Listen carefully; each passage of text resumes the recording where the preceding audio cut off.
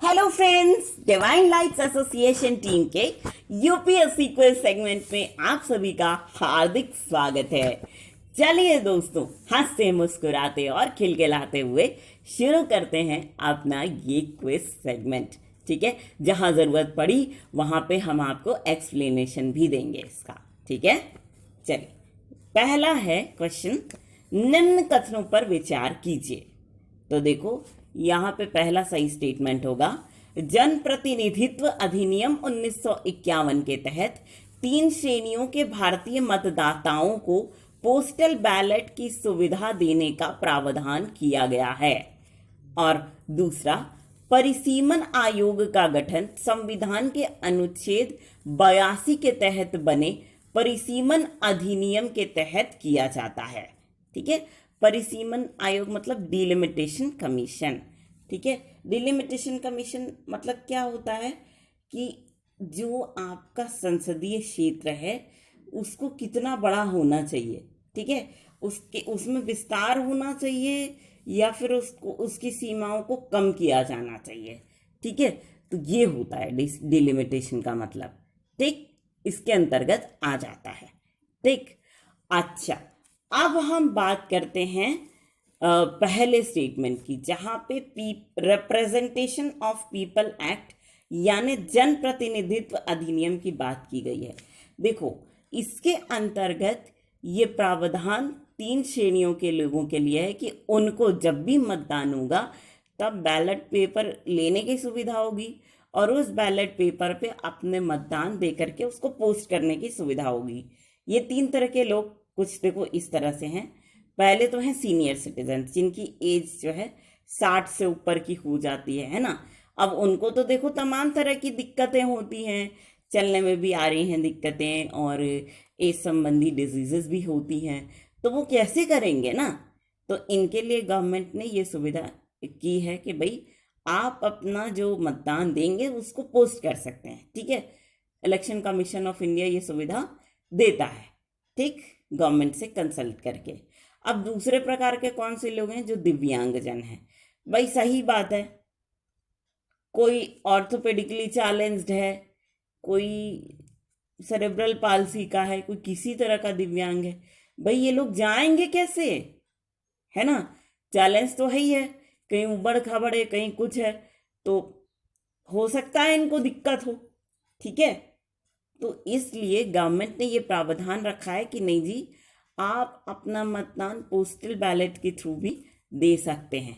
ठीक है, और तीसरे तरह के जो एसेंशियल सर्विस वर्कर्स होते हैं। अब देखो, ऐसा होता है कि अक्सर जब मतदान होता है ना, जिस दिन, उस दिन हर ऑफिस में छुट्टी होती है। ठीक है, लेकिन कुछ ऐसे ऑफिस वर्कर्स होते हैं जिनको कि आप छुट्टी दे ही नहीं सकते हो। ठीक है, तो ऐसे वर्कर्स कौन सी श्रेणी में आते हैं? एसेंशियल सर्विस वर्कर्स की श्रेणी में आते हैं। चाहे पत्थर पड़े चाहे पाला पड़े, उनको आना ही आना है, उन्हें बिना काम चल नहीं सकता। तो बेचारे अगर यही करते रहेंगे तो अपना मतदान कहाँ से डालेंगे। ठीक है, तो उनको भी ऐसी सुविधा गवर्नमेंट ने दी है कि नहीं भैया, ऐसा नहीं है, आपका भी वोट उतना ही कीमती है जितना सारे नागरिकों का। तो आप ऐसा कीजिएगा कि आप भी पोस्टल बैलेट से अपना मतदान डाल सकिएगा। ठीक है, क्लियर हो गया इतना। चलिए नेक्स्ट क्वेश्चन है, निम्न कथनों पर विचार कीजिए। पहला स्टेटमेंट, प्लाज्मा रक्त के सबसे बड़े भाग की रचना करता है। दूसरा सही स्टेटमेंट, प्लाज्मा पानी, नमक और एंजाइम्स का वहन करता है। तीसरा स्टेटमेंट, प्लाज्मा दान से किसी व्यक्ति को कमजोरी नहीं होती। ठीक, पहली बात देखो, प्लाज्मा आया कहां से, एक्सप्लेनेशन चल रहा है। ये प्लाज्मा की बात आई कहां से? देखो, कोविड-19 के जो एक्टिव केसेस हैं उनको जल्द से जल्द ठीक कैसे किया जाए। ठीक है, और आगे आने वाले जो कोविड केसेस हैं, ऐसे लोगों के लिए जगह कैसी बनाई जाए हॉस्पिटल्स में। ठीक है, नहीं तो भंडार हो जाएगा भाई। तो इसके लिए एक इलाज निकाला गया प्लाज्मा थेरेपी का। क्या किया गया कि जो कोविड-19 के पेशेंट्स ठीक हो चुके हैं उनके ब्लड से प्लाज्मा लिया गया, ठीक है, और उस प्लाज्मा को उन लोगों के शरीर में चढ़ाया गया जो लोग कोविड-19 के एक्टिव केसेस के रूप में हॉस्पिटल में एडमिट हैं, ठीक है। तो इसलिए प्लाज्मा की बात यहाँ पे आई, ठीक है। अब ये बोला जा रहा है कि प्लाज्मा रक्त के सबसे बड़े भाग की संरचना मतलब रचना करता है। अब देखो रक्त का कितना परसेंट भाग प्लाज्मा का होता है, ये अगर आपसे कोई कहीं भी पूछता है, चाहे एसएससी में चाहे रेलवे में, एसएससी रेलवे में 98% तो सही में संभावना है कि हाँ पूछा जा सकता है, क्योंकि कहीं से भी क्वेश्चन वहां से उठाया जाता है वहां पे। तो आप बोलेंगे कि 55%, हमारे रक्त में 55% भाग प्लाज्मा का होता है। 55 कितना? 55%, ठीक है। अब एक और यहां पे क्वेश्चन बनता है, वो ये बनता है कि किस रंग के तरल पदार्थ को प्लाज्मा के नाम से जाना जाता है। मान लो जी अगर ऐसा क्वेश्चन पूछ लिया गया तो आप बिल्कुल घबराइएगा नहीं, लिख दीजिएगा पीला, येलो कलर का, ठीक है, क्लियर। चलिए नेक्स्ट देखो। अच्छा, इसके अलावा हम आपको बताना भूल गए, प्लाज्मा नमक, पानी और एंजाइम्स का वहन करता है, उनको ले जाता है। इसके अलावा क्या क्या ले जाता है? कौन कौन से फैक्टर्स हैं जो प्लाज्मा के साथ जाते हैं?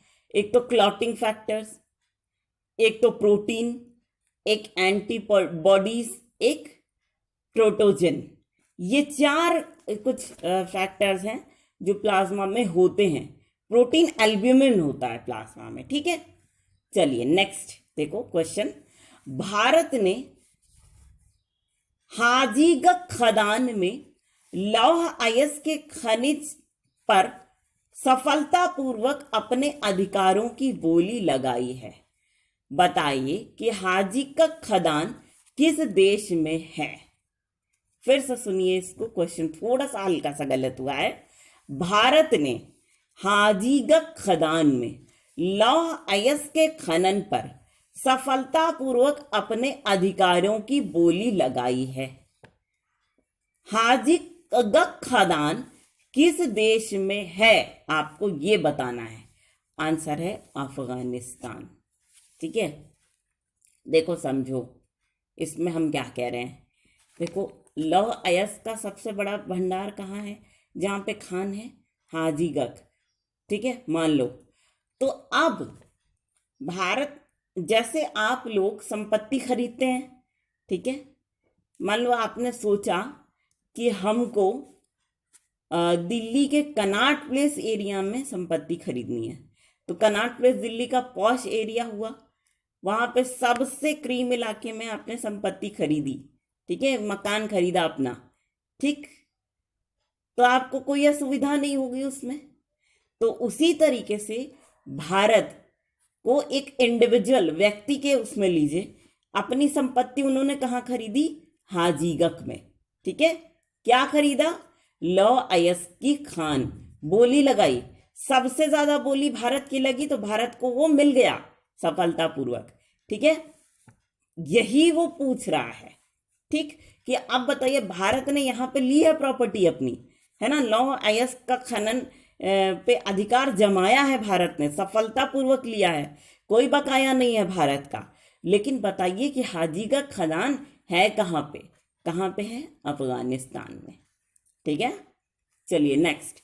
निम्न में से किसे संयुक्त व्यापक कार्य योजना के अंतर्गत रखा जा सकता है?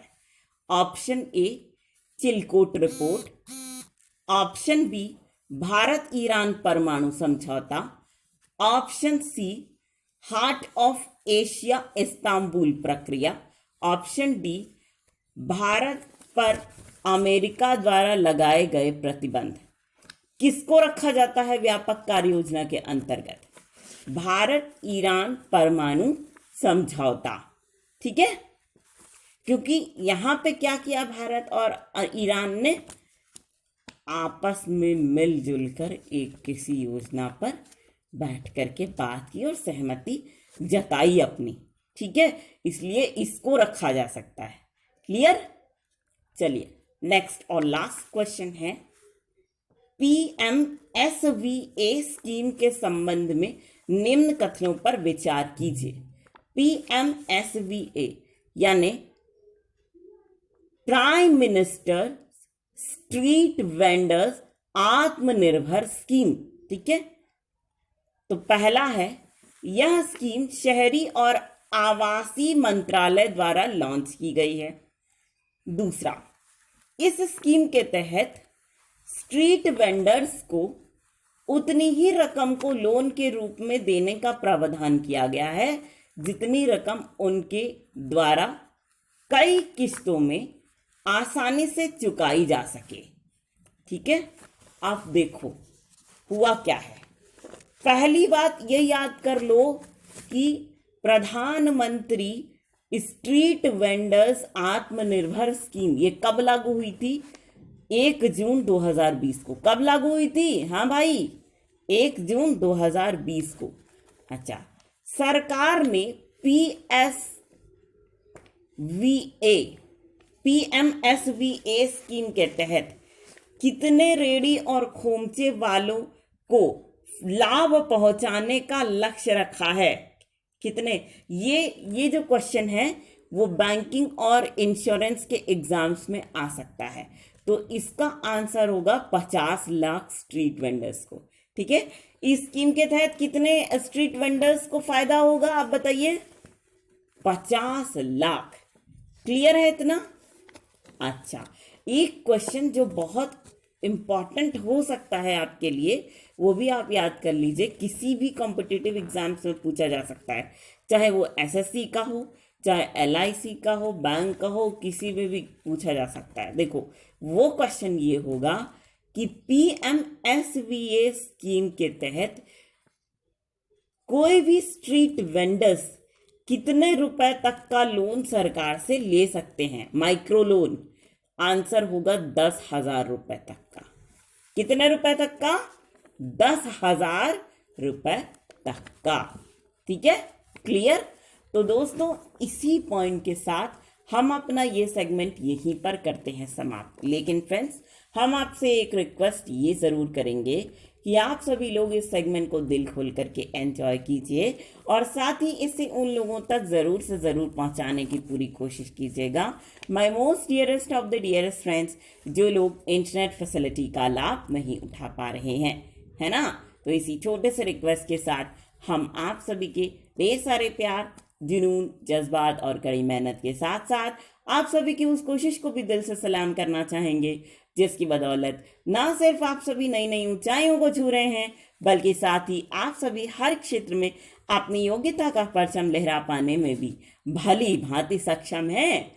तो दोस्तों इसी बात के साथ और इसी गर्व की भावना को अपने मन में संजोए हुए एक बार फिर पूरी डिवाइन लाइट्स एसोसिएशन टीम की ओर से हम आप सभी को कहना चाहेंगे दिल से प्यार भरा नमस्कार।